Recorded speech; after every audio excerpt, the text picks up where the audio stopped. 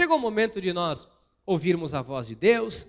Eu tenho uma breve mensagem para você. Se abra para receber aquilo que o Espírito Santo de Deus tem a te dizer. Nós estamos numa série de mensagens sobre os heróis da fé.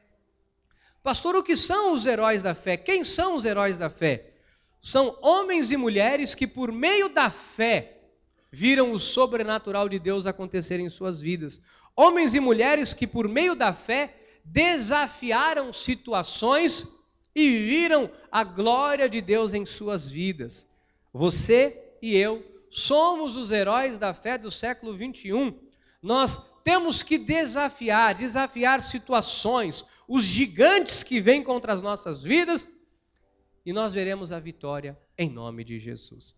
Tema desta noite, os heróis da fé do século 21, parte 14. Estamos já caminhando para o final desta série. E a Bíblia Sagrada em Hebreus, no capítulo 11, do versículo 1 a 3, diz assim: Ora, a fé é a certeza de coisas que se esperam, a convicção de fatos que se não veem. Pois, pela fé, os antigos obtiveram bom testemunho. Pela fé, entendemos que foi o universo formado pela palavra de Deus, de maneira que o visível, veio a existir das coisas que não aparecem. Vamos orar ao Senhor. Pai amado e eterno, Deus vivo, justo, fiel e verdadeiro. Queremos mais uma vez te adorar, queremos mais uma vez te exaltar, queremos mais uma vez bendizer ao teu santo, rico e poderoso nome, porque o Senhor tem cuidado de nós. O Senhor tem guardado as nossas vidas, tem dirigido os nossos passos, temos crescido na graça e no conhecimento por intermédio deste ministério, temos visto a tua glória se manifestar em nossas vidas, temos visto tudo aquilo que nós temos plantado, temos visto a colheita chegar em nossas vidas, por isso estamos alegres, por isso, Senhor Jesus, estamos felizes. Mais uma vez eu te peço, meu Pai, fala ao coração da tua igreja, manifesta a tua vontade que é boa, perfeita e agradável no seio da sua igreja. Pai, que esta palavra edifique a vida do teu povo, que esta palavra gere mudanças e transformações na vida da tua igreja, que todos saiam daqui por causa desta palavra, fortes, seguros e convictos, Pai, em nome de Jesus. E você que crê e recebe, diga amém, amém e amém. Dê uma salva de palmas a Deus, aleluia. Muito obrigado, Mel. Graças a Deus pela sua vida. Graças a Deus. Graças a Deus. Meus queridos e amados irmãos, nós já estamos há alguns dias falando sobre os heróis da fé do século 21. Esta série de mensagens tem feito muito bem a nossa igreja. E eu tenho visto já pessoas trazerem os seus testemunhos advindos das mensagens que Deus tem nos trazido nesta série de heróis da fé. O que é um herói da fé, pastor? O que é uma pessoa que pode ser considerada um herói da fé? Quando nós abrimos a Bíblia Sagrada, nós identificamos algumas pessoas que por causa da fé, por causa da sua obediência, por causa das suas atitudes de fé, viram o sobrenatural de Deus acontecer em suas vidas. Se nós pegarmos a Bíblia Sagrada não é feita de pessoas excepcionais, de pessoas extraordinárias, de pessoas dotadas de uma capacidade sobremodo excelente, acima da média humana. Pelo contrário, a Bíblia Sagrada nos apresenta pessoas simples, pessoas comuns como eu e você. Olha, a Bíblia Sagrada mostra pessoas que têm até, humanamente falando, uma capacidade muito inferior à que nós temos nos dias de hoje. Porque, haja vista as tecnologias que nós nos submetemos no século 21, as coisas que nós enfrentamos. Ontem nós, na mensagem em São Paulo, a presbítera Damailde dizia acerca do tempo. Ela disse, olha, parece que um ano passa muito mais rápido. E é verdade, porque nos dias de hoje nós temos tantos afazeres, esse telefone, o celular. Olha, mas quem lembra na década de 80 e 90, não existia celular, não era assim?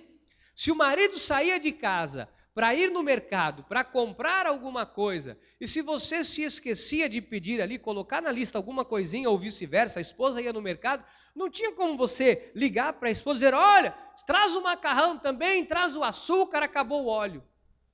Você tinha que esperar a pessoa chegar em casa, ou ir ao encontro dela, não era assim? E às vezes o tempo parecia que era muito maior. Hoje nós corremos muito, a vida é muito rápida. Então hoje nós temos uma capacidade de lidar com tantas coisas que não era exigido naquela época daqueles homens e mulheres de Deus. Mas aquelas pessoas comuns, como eu e você, ousaram crer e ousaram obedecer a Deus. E eles viram o sobrenatural de Deus acontecer em suas vidas.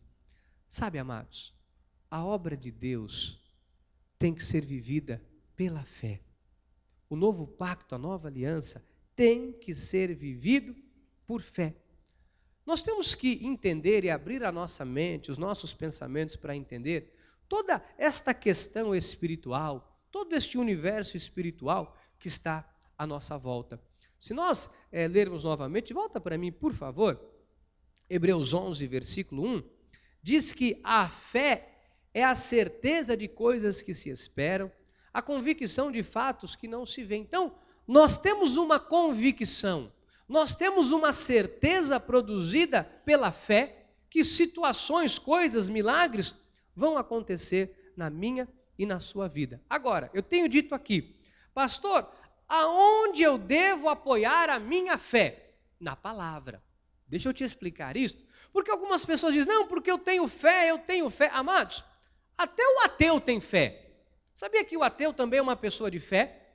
O ateu crê que Deus não existe. Ele tem fé em alguma coisa. Ele tem fé que Deus não existe. Ele crê. A Bíblia diz que até os demônios creem que Deus existe. Então, crer, ter fé, qualquer um tem. Mas aonde a nossa fé deve ser apoiada para que ela tenha resultado? Na palavra, nas promessas de Deus para as nossas vidas. Então, eu li aqui o Salmo 126 na hora do ofertório, que diz que o Senhor vai restaurar a sorte de Sião, que nós vamos ficar como quem sonha, que entre as nações vão dizer que grandes coisas fez o Senhor por nós, por isso estamos alegres, que o Senhor honra aqueles que o temem. Isso é uma promessa. Quando eu coloco a minha fé nesta promessa, o milagre acontece. O Salmo 23, versículo 1, por exemplo, o Senhor é o meu pastor, nada me faltará. Quando eu pego a minha fé e apoio a minha fé nesta promessa de Deus para a minha vida, nada me falta. Então, quando é que a fé, pastor, passa a ter uma ação eficaz? Quando a fé passa a ter validade? Quando é que a fé produz efeito? Quando eu uso a minha fé baseado nas promessas de Deus, nas promessas de Deus, na palavra de Deus, que eu tenho que pôr a minha fé. Você está entendendo? Então diga, eu tenho que pôr a minha fé. Amados, em nome de Jesus. Nem na missa do Padre Quevedo tem um povo tão desanimado. Olha, diga, a minha fé tem que ser apoiada na palavra de Deus. Na palavra. Oh, por quê? Pastor, mas por que na palavra de Deus? Porque se nós pegarmos, por exemplo, pessoas que creem aí num monte de coisa, alguns apoiam a sua fé na Aparecida. Oh, tem pessoas que saem daqui, vão até a Aparecida do Norte, atravessam a ponte lá de joelho, sobem escadaria, ficam horas numa fila para ver uma estátua, e a pessoa passa por ali. A fé surte efeito? Não. Porque a fé poderosa, a fé que surte efeito, é quando a minha fé é colocada nas promessas de Deus. Pastor, como o irmão pode assegurar isso? Se nós pegarmos os homens e as mulheres de Deus que viram o sobrenatural acontecer na Bíblia Sagrada, foi porque essas pessoas creram nas promessas de Deus. Quando Deus disse a Abraão: Abraão, sai da tua terra, da tua parentela, vai para a terra que te mostrarei, de ti farei uma grande nação. Abraão creu, diz a Bíblia aqui, Abraão partiu sem saber para onde, ele creu e obedeceu, e ele foi honrado por Deus. Então, quando eu creio nas promessas de Deus, quando eu creio naquilo que o Senhor está me ensinando, o milagre acontece. Eu e você pode dizer isto, tanto quanto eu, que nós já passamos por muitas situações na vida. Situações difíceis, situações de aperto. Olha, nós já passamos por muitas situações. Antes de Jesus, nós vivíamos num verdadeiro cativeiro como escravos. Mas Jesus nos libertou, nos trouxe para o reino do Filho, do seu amor. E agora eu e você não podemos mais viver debaixo de uma vida de escravidão. Você não pode hoje, em pleno século 21, tendo a promessa de Deus para a sua vida, tendo mais de 7.000 promessas, viver como um escravo, viver como uma pessoa escravizada nos dias de hoje, sendo que Deus te chamou para viver uma vida plena com Ele. Pastor, eu não sou escravo, não me sinto escravo. Amados, algumas pessoas são escravos do passado. Algumas pessoas não conseguem se libertar do passado. Isto é uma escravidão. Algumas pessoas não conseguem superar uma situação que vivenciou no passado. Não conseguem superar. Isto é uma escravidão. Algumas pessoas não conseguem superar uma perda que teve na vida. Ou tem pessoas que foram, não são mais, mas não conseguiram superar uma perda que tiveram na vida. Isto é uma porção de pessoas assim na obra de Deus. E por isso vivem tristes, vivem infelizes, vivem chorando pelos cantos.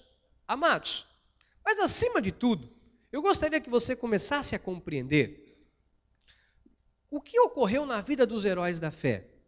Estudando isto, eu tenho me aprofundado nestas mensagens, eu tenho ouvido o que a nossa bispa falou sobre esse assunto em São Paulo, eu tenho buscado cada vez mais entender esta questão dos heróis da fé. E algo me saltou aos olhos, que encheu meu coração de alegria, e eu quero compartilhar isso com a igreja nesta noite. Sabe que existe algo sobrenatural, mas comum na vida de todos os homens e mulheres da Bíblia Sagrada que tiveram grandes vitórias.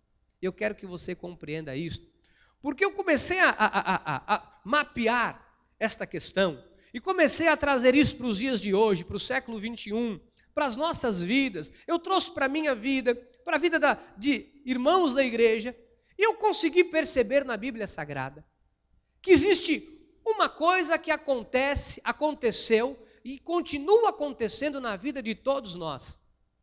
Sempre antes de uma grande vitória, de uma grande bênção, vem uma grande luta. Se nós pegarmos a história de todos os homens e mulheres da Bíblia Sagrada considerados heróis da fé, todos eles, sem exceção, antes de receber uma grande bênção, sabe qual é o sinal de que a sua bênção está chegando? Quando vem uma luta. Comece a perceber. Se o inimigo quer usar a luta para tirar o seu foco, o inimigo quer usar um problema, uma situação, para que você não acredite naquilo que Deus tem para a sua vida. O inimigo quer usar uma adversidade, uma dificuldade, para você desistir do seu sonho, do seu projeto. Mas se você ler a Bíblia Sagrada, você vai perceber que todos os heróis da fé, todos os homens e mulheres, antes de uma grande vitória, antes de um grande milagre, de uma grande bênção, um vento forte soprou sobre suas vidas. Talvez você chegou aqui hoje dizendo: pastor, olha o que tem acontecido na minha casa esses dias. Olha, a minha vida profissional, da noite para o dia, pastor, começou a acontecer uns negócios estranhos. Olha, pastor, se eu estava no meu casamento, eu vinha há 10 anos de casado, vinha tudo de um tempo para cá. Sabe, algumas coisas aconteceram. Os terremotos são importantes. Sabe que terremoto na vida de um crente não é para destruir, é para tirar a bagunça, para tirar o que está frágil. Sabe que às vezes, se alguém construir uma vida em cima de uma relação frágil, a pessoa vai construindo, chega na velhice, às vezes com 30 anos de casado, 25 anos, bodas de prata, você vê um divórcio. Mas como? Vivemos 25 anos, agora há um divórcio, como isso, pastor? Sabe por quê? Porque vieram empurrando a vida com a barriga, esperaram os filhos crescer, os filhos agora cresceram, saíram de casa, cada um tomou um rumo na vida, agora só ficou o marido, a esposa, mais nada aprende um outro e de repente tudo vai abaixo. Mas Deus, por amor, às vezes permite vir um terremoto no meio da caminhada, sabe para quê, amados? Sabe com qual finalidade? De tirar tudo que é superficial, para que os ferros desta construção fiquem à mostra, para que você perceba quão vulnerável estão algumas áreas da sua vida, para que você possa fazer um tratamento, para que você possa cuidar da maneira certa, para que a sua vida não pereça no futuro. Então nós temos que aprender com o passado destes homens da Bíblia Sagrada para compreendermos o nosso futuro. Pastor, como eu posso compreender o meu futuro? Entendendo a vida dos homens e mulheres da Bíblia Sagrada. Aqui tem exemplos para nós não errarmos, tem exemplos para nós não perecermos pelo meio do caminho. Então, lutas, problemas anunciam a vinda de um grande milagre. Lembra quando Jesus ia nascer? Estava anunciado. Olha, antes o que Herodes fez, baixou um decreto. Nós vamos matar o primogênito, não vai ficar ninguém. Sempre antes de uma grande bênção, sempre antes de algo grande, alguma coisa tenta se levantar para tirar o seu foco. Fala para o seu irmão, lutas vêm para tirar o nosso foco. Fala para o seu irmão. O inimigo tenta tumultuar, amados. O inimigo tenta tumultuar. Está um tumulto. O inimigo tenta tumultuar, porque quando está o tumulto, você olha para o quê? Para o problema. Já viu quando você está passando na rua? Quem já teve essa experiência? Você está dirigindo. Aí você está pensando naquele boleto que você tem para pagar. Você está pensando, eu vou passar no shopping daqui a pouco, o pastor merece um sapatinho novo. Você está dirigindo, Deus está tocando no coração. Você está, o pastor gosta de um chocolatinho, vou levar um para ele. Você está fazendo aquele almocinho de domingo, gostoso. Sabe que o pastor está vindo de Santos, às vezes pensando onde é que ele vai comer. Aí depois você vou ligar para o pastor, vou chamar ele para almoçar. Você está ali, está na rua, amado. Quando você vê um tumulto, o que acontece? Seja sincero, o que você faz? Você para, você fica, acidente? Morreu alguém? Você fica procurando um corpo no chão. Não é, ou não é assim? É ou não é assim? Você está dirigindo, aí você vê um tumulto, uma rodinha, não sei o que, tem alguém. É motoqueiro, Senhor, amado, o que foi? Você fica ali, ou você já começa a deduzir. Aí você não vê ninguém no chão, você diz, foi parar no hospital, o resgate, se o resgate não chegou, você já fica, é ou não é assim? Mas isso acontece comigo. Se eu estou dirigindo, eu vejo um tumulto, o que é aquilo ali? Aí você vai passando perto, você fica quase que batendo o carro. Você quer olhar tudo, fazer e analisar tudo. E você já às vezes para o carro na frente. Você ficou sabendo do acidente que teve ali? 5 mortos. Tem gente que já aumenta, né? Então, não é assim que acontece? Um tumulto tira ou não tira o teu foco? Agora imagine isto na vida espiritual. O que o inimigo tem feito na vida de algumas pessoas? Amados, ele lança um tumulto, uma situação, as pessoas começam a olhar para o tumulto e esquecem do seu sonho, do seu objetivo. Agora, você tem que ficar atento, porque uma luta, um problema, uma adversidade para o cristão não é o caos, não é a derrota, não é o fim. É sinal de que algo grande está para acontecer. Comece a entender isso. Pastor, como que o irmão pode dizer isso? A Bíblia Sagrada nos mostra isso. Sempre antes de uma grande bênção, o povo de Deus enfrentava uma luta. Sempre antes de uma grande vitória, vinha um tumulto e o povo de Deus recebia a vitória. Amados, cá para nós, quem era Davi? Quem era Davi? Com todo respeito, Davi era um ninguém. Quem conhecia Davi? Ninguém. Davi foi levar um queijinho para os irmãos, uma comidinha. ficou olhando ali o gigante Golias, e ele ficou olhando, o irmão disse, o que você veio fazer aqui? Vai cuidar daquelas suas poucas ovelhas, você veio aqui para tumultuar. Até os irmãos, você tem uma meia dúzia de ovelhas lá para cuidar, cai fora, cai fora. Até os irmãos desprezavam Davi. Davi sobe, tem um gigante. Quem foi o gigante na vida de Davi? O gigante foi o passaporte para a ascensão de Davi. O gigante foi o passaporte para fazer de Davi um cara conhecido por todo mundo. Pastor, o que significa isso? Que o gigante é o passaporte para fazer o teu nome grande. O gigante, a adversidade, a crise, o problema, é só para trazer a coroa de Deus para a sua vida. Porque as pessoas vão olhar e vão dizer, meu Deus, fulano de tal passou por isso aqui, está de pé. A notícia corre.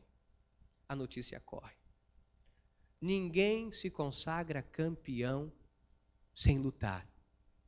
Se você quer grandes vitórias na sua vida, esteja preparado para grandes lutas. Você está compreendendo? Você lembra daquela luta? Não sei quem gosta de boxe. Hoje o boxe está ficando meio fora de moda, né? Tem o MMA, mas quem assistia boxe, eu sempre gostei de lutas, de assistir. E eu nunca me esqueço daquela luta do Mike Tyson e o Holyfield. Vocês lembram? Diz que o Holyfield derrotou o Mike Tyson, ele ficou indignado, passou por tantas situações na vida, depois foi para a revanche, ele mordeu um pedaço da orelha, o Holyfield até hoje, falta um tampo da orelha. Aí, por quê? Eu consigo lembrar, eu era garoto, eu lembro disso. Agora, tantas outras lutas que eu assisti, eu nem lembro. Porque foram lutazinhas de qualquer jeito, foi uma lutinha qualquer. Mas tem coisas, amados, guerras, você nunca esquece. Isso fica cravado na tua mente, nos seus pensamentos. Cada luta, cada crise, cada adversidade que você passou, não foi para te destruir, fez de você uma pessoa mais forte. Talvez você não tenha se atentado para isso, mas hoje você é mais forte graças às lutas que você passou na vida. Pastor, por que eu tenho que passar por estas lutas, pastor? Para que Deus possa te trazer coisas maiores. Um campeão se faz no campo de batalha, amados. Um campeão se faz no campo de batalha. Deus prometeu, está aqui, que este ano seria um ano de grandes vitórias. Como que eu vou esperar grandes vitórias sem grandes lutas, sem grandes desafios? Se você quer grandes vitórias, esteja pronto para grandes desafios, para grandes lutas. Tiago 1, versículo 2 diz, meus irmãos, tende por motivo de toda alegria o passardes por várias, tende por motivo do quê, pastor? A Bíblia diz que de alegria. Mas como assim? Eu vou me alegrar? Amado, se alegre com a luta. Se alegre com uma situação que investiu contra a sua vida. Olha, irmãos, tende por motivo de alegria o passardes por várias é sinal de que grandes bênçãos virão sobre a sua vida. Quanto mais provações, quanto mais provas, quanto mais lutas vierem, mais bênçãos, mais milagres, mais vitórias você receberá na sua vida. Você está compreendendo? Diga para o seu irmão, não tenha medo das lutas, não tenha medo. Não tenha medo. Pastor, por que eu tenho que me alegrar? Não é se alegrar com a luta, não é se alegrar com a guerra, é se alegrar porque depois da luta vem a bênção. Por que a Bíblia diz, tende por motivo de alegria? Porque eu vou me alegrar com uma crise que eu estou. Como é que eu vou me alegrar, pastor? Só Deus sabe o que eu estou passando lá em casa, só Deus sabe o que eu estou passando na minha vida financeira, na minha vida profissional. Você vem dizer para eu me alegrar? Se alegre, porque depois desta provação, você vai se alegrar com a bênção de Deus em sua vida. Isto é promessa de Deus, amados. Olha o que a aprovação produz na vida de um homem e de uma mulher de Deus. Veja o versículo 3. Sabendo que a aprovação da vossa fé, uma vez confirmada, produz perseverança. Sabe por quê? Eu e você somos perseverantes. Porque nós já passamos por muita coisa na vida, amados. Já ou não já? Alguns ainda não passaram, alguns não sabem nem o que é pagar um boleto. Alguns ainda não passaram, mas vão passar. Amados, eu tenho 3 filhos. Por mais que eu tente proteger os meus filhos, as minhas experiências não são as experiências que eles vão ter. Eles vão passar por muita coisa na vida. Vão passar por muitas aflições, por muitas lutas, por muitas guerras, para aprender a ser perseverantes. Eu não aprendo a ser perseverante só de olhar a vida de alguém. O Senhor me deu uma perseverança agora, de ver aquele irmãozinho passando por aqui. Mas desse tipo de perseverança não dura uma semana. Quando o cinto aperta na cintura do outro, você não sente a dor. Quando a corda está no pescoço do outro, você até se assusta um pouco. Que situação. Quando você vê alguém, sabe, com uma situação difícil, você fala, isso te comove durante uma semana, 2, um mês, daqui a pouco passa. Mas quando a corda está no teu pescoço, tu fica na ponta do peito, você não solta. Você fica ali segurando a corda. É diferente. Por isso, cada um de nós teremos as nossas experiências para aprendermos a ser perseverantes. A minha esposa terá as provas dela, eu terei as minhas, teremos as nossas provações juntos, e isto produzirá em nós perseverança. Assim será na sua família. Então, toda vez que a sua fé é provada, tem uma expectativa de que algo grande está por vir. Lembram de Daniel? Daniel foi motivo de inveja. Os homens que andavam com Daniel começaram a ter inveja de Daniel. E eles perceberam que Daniel todos os dias ia para a janela e fazia uma oração ao Senhor. E eles, percebendo aquilo, chamaram ao rei, fizeram um decreto que toda pessoa que fosse a público e fizesse uma oração, se não exaltando ao rei, que fosse jogado na cova dos leões. O Daniel tinha uma fidelidade com Deus, ele estava orando. O que aconteceu? Ele foi parar onde? Onde que Daniel foi parar? Era o fim? Não! Deus permitiu, porque logo depois o nome do Senhor foi exaltado. O rei se ajoelhou no dia seguinte, mandou abrir a cova e disse, Daniel, acaso achou o seu Deus mercê, agrado de ti? Será que vive, Daniel? Quando abriram a cova, vive, ó rei. Ele diz, o quê? Você com esse monte de leão faminto, você está vivo. Tira ele daí. Quem foi que mandou fazer esse decreto? Taca lá. A partir de hoje, todo mundo vai adorar e vai servir ao Deus de Daniel, porque o Deus de Daniel é o Deus verdadeiro. Às vezes Deus te permite estar na cova com um monte de leões, querendo te comer, querendo arrancar a tua carne. Para quê? Para que Deus seja exaltado através da sua vida. Então, nesta igreja, o povo desse ministério precisa entender, precisa compreender que provas, lutas, situações, guerras, adversidades, para nós não é o fim. Para nós é o início de uma grande virada. Para nós a luta é oportunidade para vermos o agir de Deus. Você está compreendendo? Aleluia! Aleluia! Aleluia! Assim foi com Sadraque, Mesaque e Abednego. Também baixaram um decreto. E eles não quiseram se prostrar diante de um ídolo, diante de uma imagem. Sabe o que aconteceu com Sadraque, Mesaque e Abednego? Você conhece a história. Foram parar numa fornalha. O rei estava com tanta raiva, Nabucodonosor estava com tanta raiva que ele disse, olha, manda acender 7 vezes mais.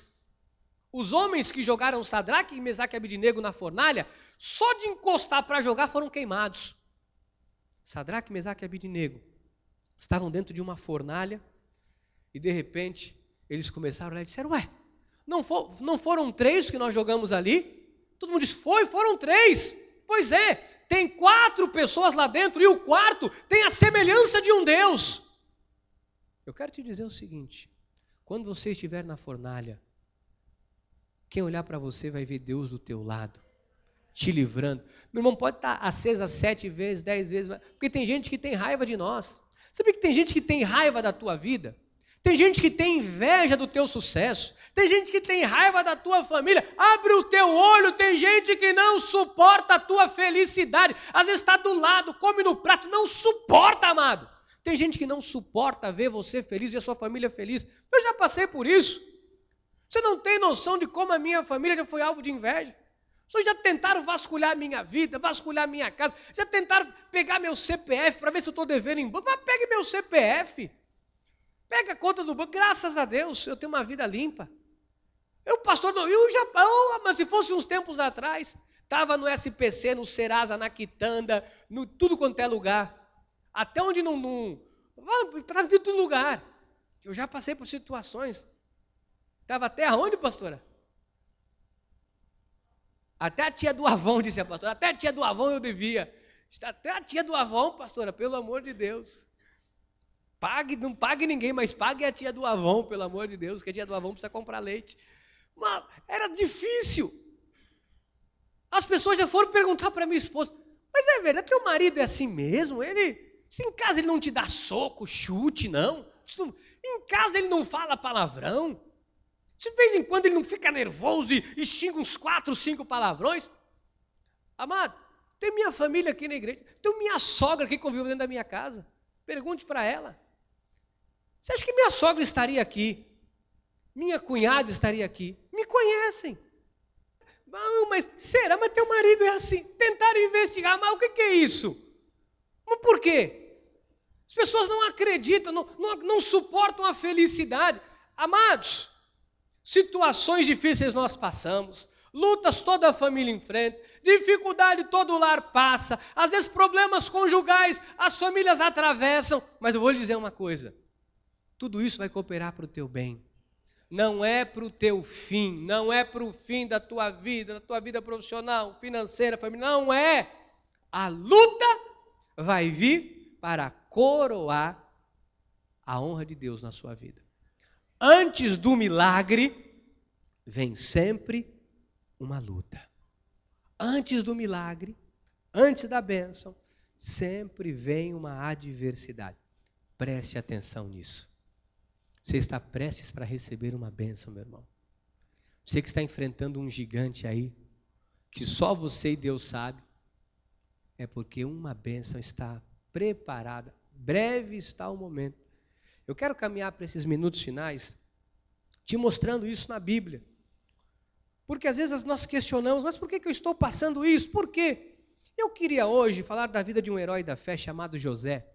Porque José era um homem simples como eu e você, um homem comum, um menino sonhador, teve sonhos, visões, e de repente a vida deste menino se transformou numa desgraça total.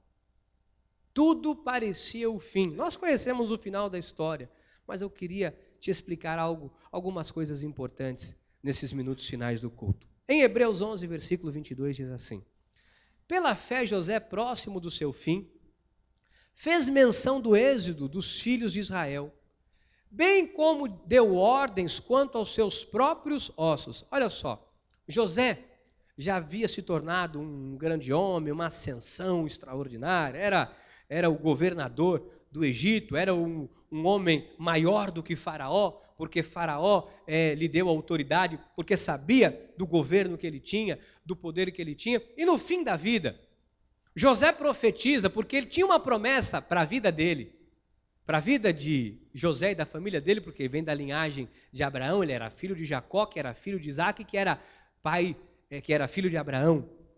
Então, você vê José, que foi abençoado pelo seu avô Jacó. Você vê José no momento da vida dele, no fim da vida, dizendo assim: olha, tem uma promessa que nós teríamos uma terra que é nossa, não é o Egito, nós vamos ter uma terra que é nossa.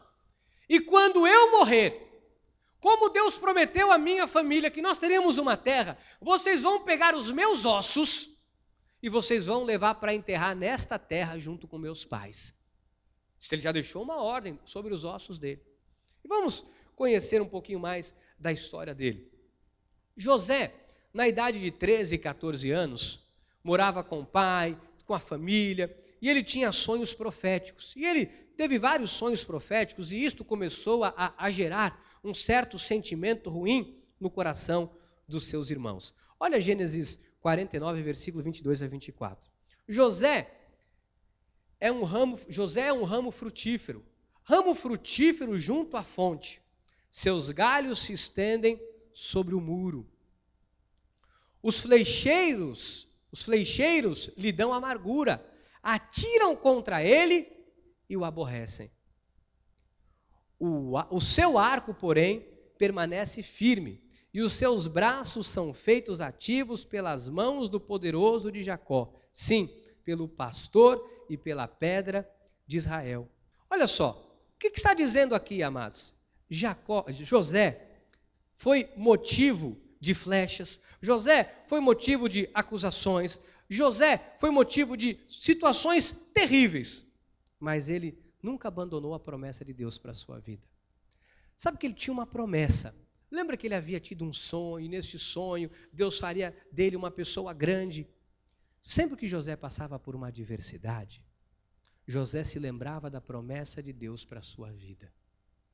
Pastor, por que eu tenho que me agarrar às promessas de Deus? Porque no momento da adversidade, você vai olhar para as promessas e vai dizer: eu sei para onde eu estou indo, eu sei o que Deus tem para a minha vida. Quando alguém não se agarra às promessas de Deus, a pessoa não tem para onde ir e ela vai acabar sucumbindo por causa da luta e da adversidade. Versículo 25. Pelo Deus de teu pai, o qual te ordenou, ajudará, e pelo Todo-Poderoso, o qual te abençoará, com bênçãos dos altos céus, com bênçãos das profundezas, com bênçãos dos seios e da madre. Olha, José tinha sido abençoado com 3 bênçãos. A primeira bênção, a Bíblia fala que são bênçãos dos altos céus.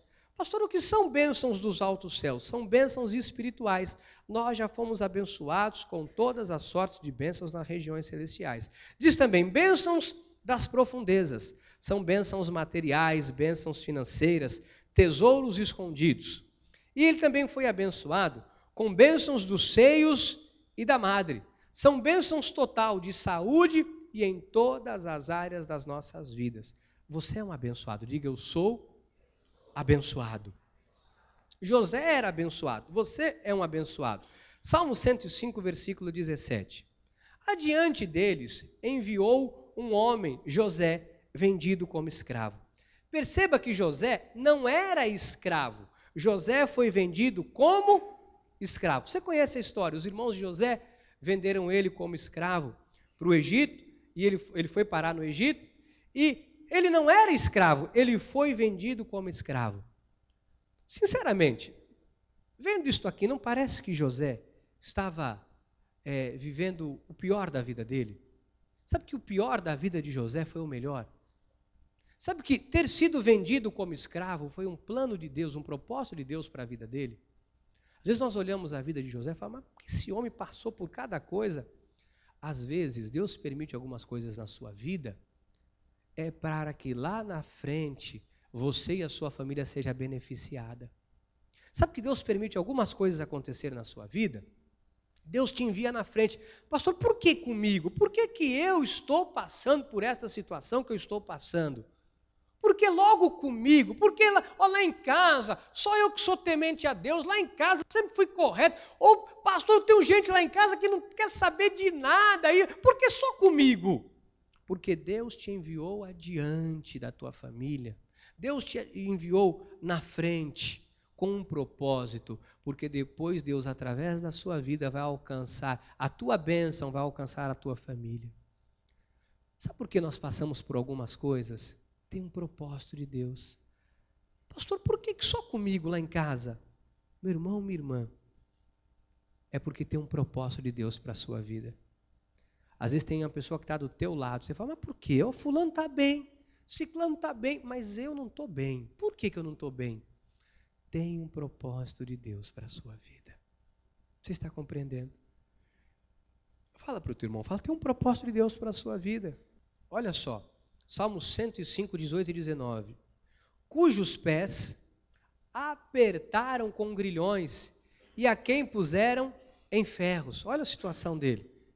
Até cumprir-se a profecia a respeito dele e tê-lo provado a palavra do Senhor. Olha, ele ficou preso, ele foi humilhado, até que a profecia fosse provada. Olha o versículo 20 a 22. O rei mandou soltá-lo. o potentado dos povos e pôs em liberdade. Versículo 21. Constituiu o Senhor de sua casa e mordomo de tudo o que possuía. 22. Para a seu talante sujeitar os seus príncipes e aos seus anciões ensinar a sabedoria. Então, eu estou aqui só passando para você compreender que ele foi vendido como escravo, aquela história toda de José. E aí, teve a história do sonho, tudo aquilo, e um dia o rei manda soltar ele e põe ele acima de todos os príncipes, acima de todas as pessoas. Antes dele chegar a ser governador do Egito, ele estava vivendo como escravo, ele estava vivendo uma vida medíocre, miserável, arruinada. Só que este homem tinha algo em mente. Ele acreditava na promessa de Deus para a sua vida. Sabe qual é a diferença de um arruinado para um vencedor?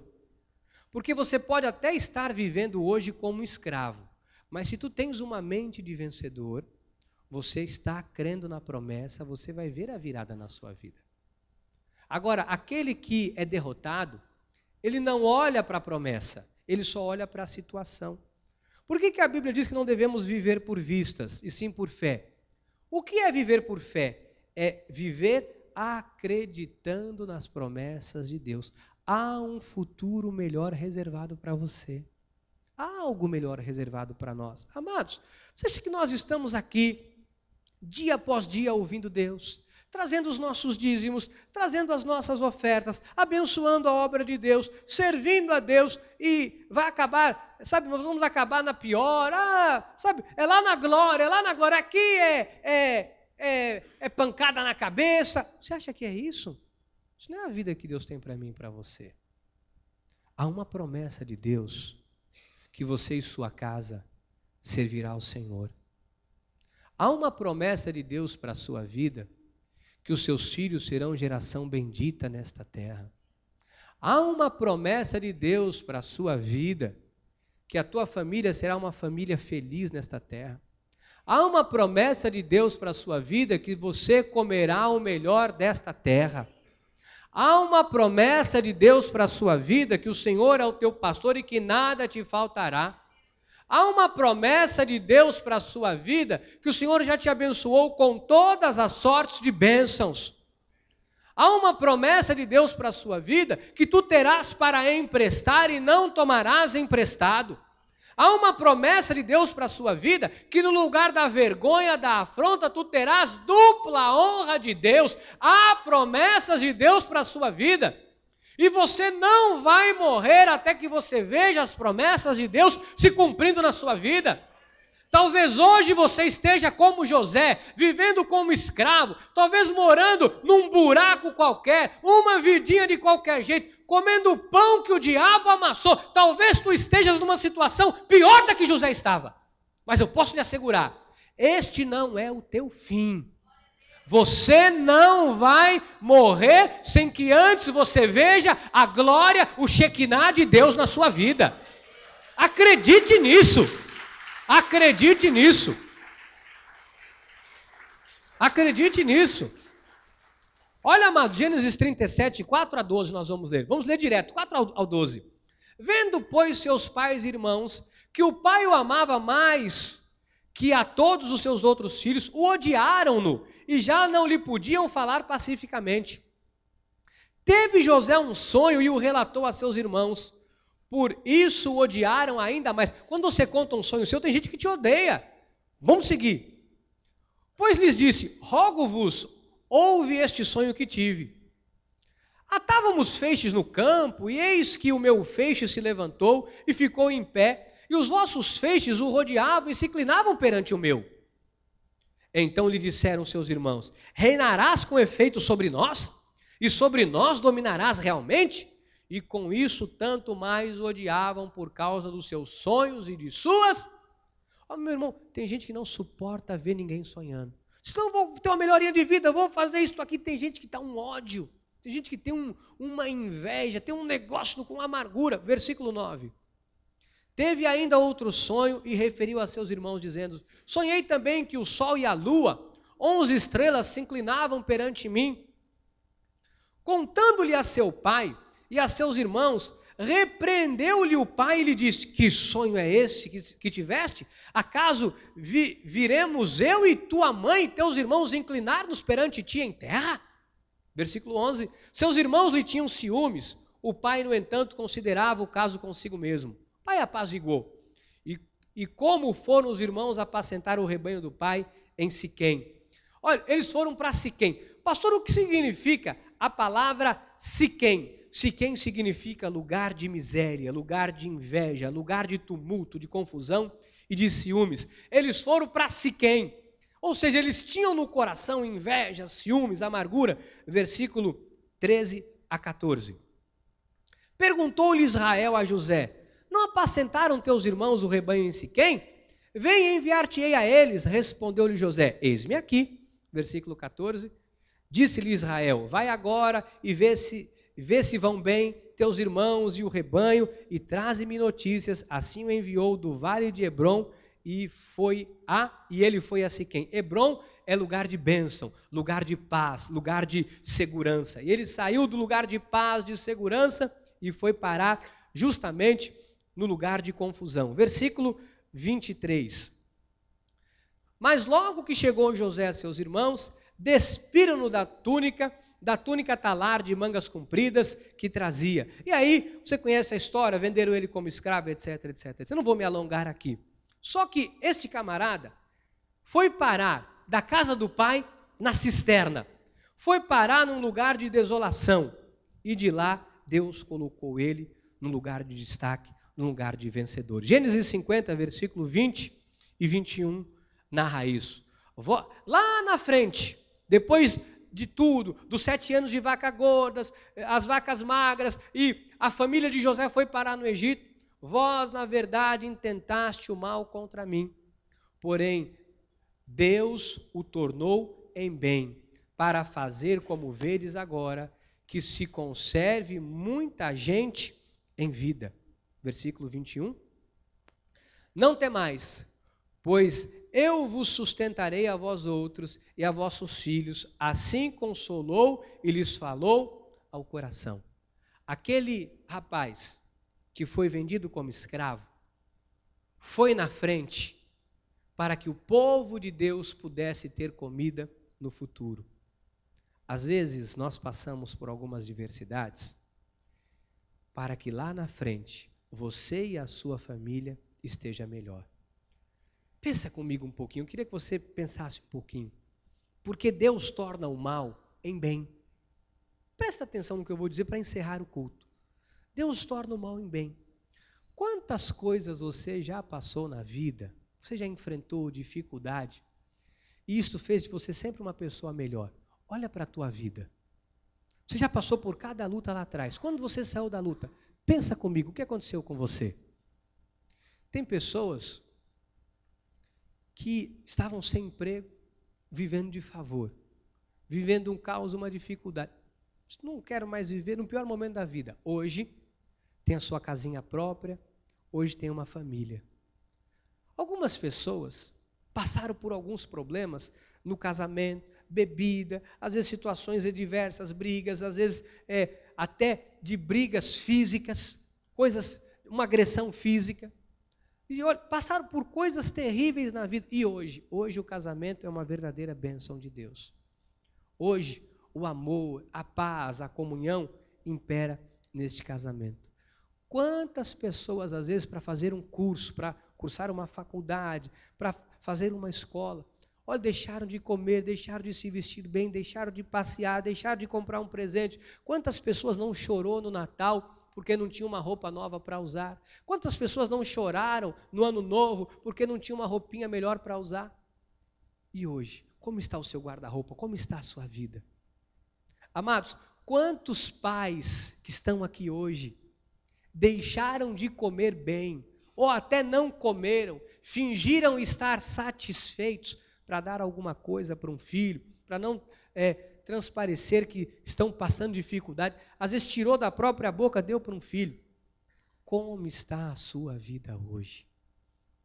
Meu irmão, minha irmã, perceba que cada vale sombrio que você atravessou, depois que ele passou, você ficou melhor. Depois de cada crise, depois de cada luta, você ficou melhor. Pastor, eu ainda não estou bem. É sinal de que você ainda está no meio do caminho. Se você está aqui hoje dizendo, pastor, eu vim aqui hoje ao ponto de desistir de tudo. Eu não sei mais o que eu vou fazer da minha vida. Eu não estou aguentando mais. É o inimigo querendo que você tire o foco de Deus. Você não vai desistir. Você vai aguentar firme porque você tem uma promessa. Imagina. Eu vou dizer o que eu imaginei hoje. Eu vou dizer o que eu imaginei antes do culto. Já pensou se José tivesse pego uma roupa, um tecido, feito uma corda, arrumado ali naquele calabouço, naquele buraco, alguma pedra para ele amarrar uma corda e dissesse assim: meus irmãos me traíram. Meu pai nunca veio atrás de mim. Ele não sabia se o pai sabia que ele tinha sido vendido como escravo ou não. Meu pai nunca veio atrás de mim. Minha mãe nunca veio atrás de mim. Meus irmãos me bateram, me jogaram num buraco. Eu sou fiel a Deus, eu honro a Deus, eu estou certo com Deus. Espera aí. Eu faço tudo certinho, tenho uma vida certa. Aí eu fui para a casa de Potifar, a mulher de Potifar quis me agarrar, eu não quis nada com ela porque eu sou uma pessoa correta. Se ela me denunciou, fez uma calúnia, eu vim parar nesse buraco. Espera aí. Eu vou dar cabo da minha vida. Imagina se ele tivesse amarrado uma corda no pescoço e se jogado. Tivesse dado cabo da vida dele. O que teria acontecido com o povo de Deus, com o povo de Israel? Às vezes quando... Por que eu estou falando isso? Porque quando um pai de família desiste, ele está matando a sua família. Quando você desiste, você está matando a tua família. Quando você, jovem, desiste, você está matando uma família que você terá no futuro. Você não terá 20, 30, 18, 15, 16 anos a vida inteira.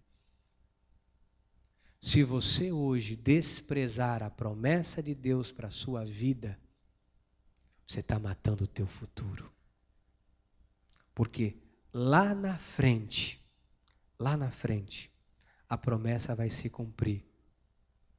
Mas é hoje que eu tenho que me manter firme e fiel, sustentando-me, agarrado à promessa, para que lá na frente eu goze dos benefícios das promessas de Deus. Meu irmão, minha irmã, não desista hoje, porque se você desistir hoje, você está matando o teu futuro. Que assim seja, porque assim nos disse o Senhor. Louvado seja Deus. Louvado seja Deus. Aleluia. Diga, eu não posso desistir. Diga, se eu desistir hoje, eu vou matar o meu futuro. Nós somos todos jovens aqui, amados. Talvez quem mais idade tem aqui na igreja, eu não vejo ninguém aqui, talvez quem mais idade tem aqui tenha 70 anos, isso estourando. Se você tem 70 anos, você tem pelo menos uma perspectiva de viver mais 30. Nós temos pessoas aqui que não viveram 30 anos ainda, já viveram tanta coisa na vida, não é verdade? Então você imagine o que você tem para viver. Não desperdice a sua vida. Amém? Não desperdice o seu futuro. Vamos ficar de pé. Nós vamos orar ao Senhor. Vamos orar a Deus.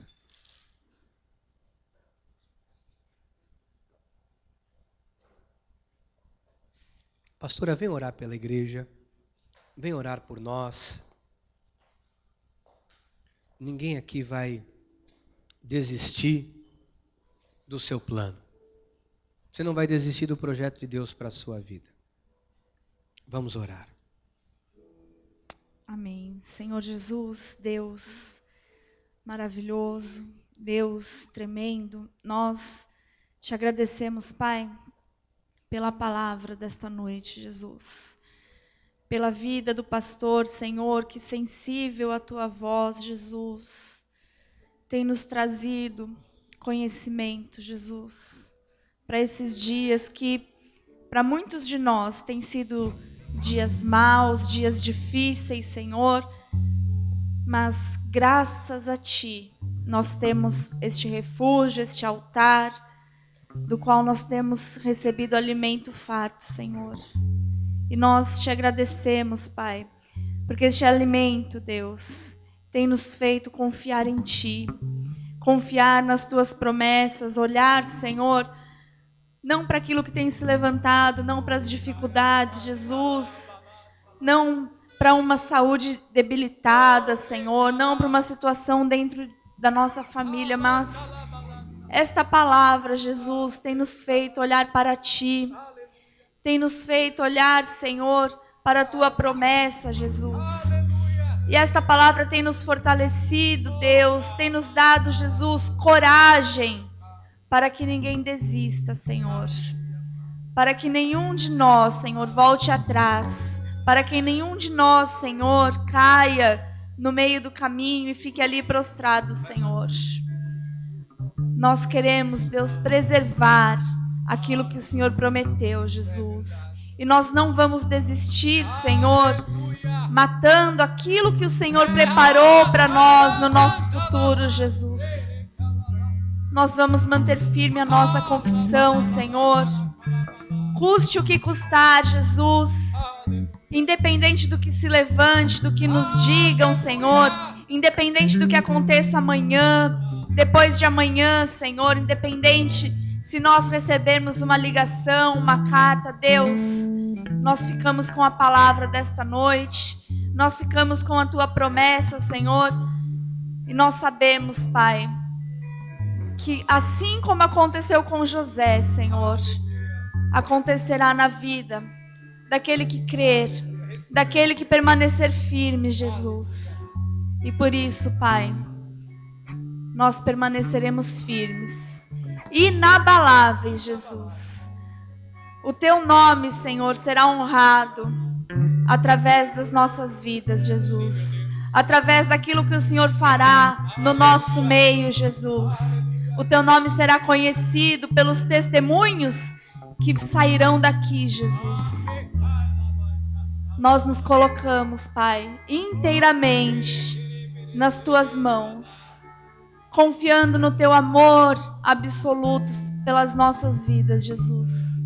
E declaramos, Senhor, que cada um de nós sairá daqui nesta noite com coragem, Jesus, com força, com determinação, crendo, Jesus, contra aquilo que nós vemos, contra a esperança, Jesus, que a Tua promessa para as nossas vidas se cumprirá. E assim nós oramos, acreditando, Senhor, que assim será para a honra e glória do Seu nome. Amém e amém. Graças a Deus.